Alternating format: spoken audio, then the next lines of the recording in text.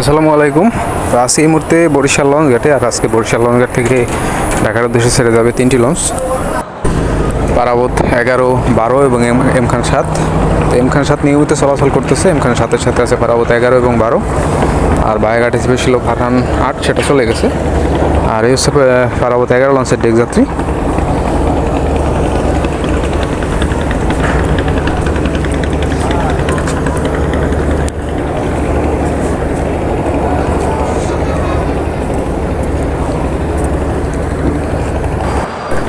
আর এটা হলো পারাবত 12 লঞ্চের ডেক যাত্রী আজকের। পারাবত 11 থেকে পারাবত 12-তে যাত্রী একটু কম লক্ষ্য করা যাচ্ছে।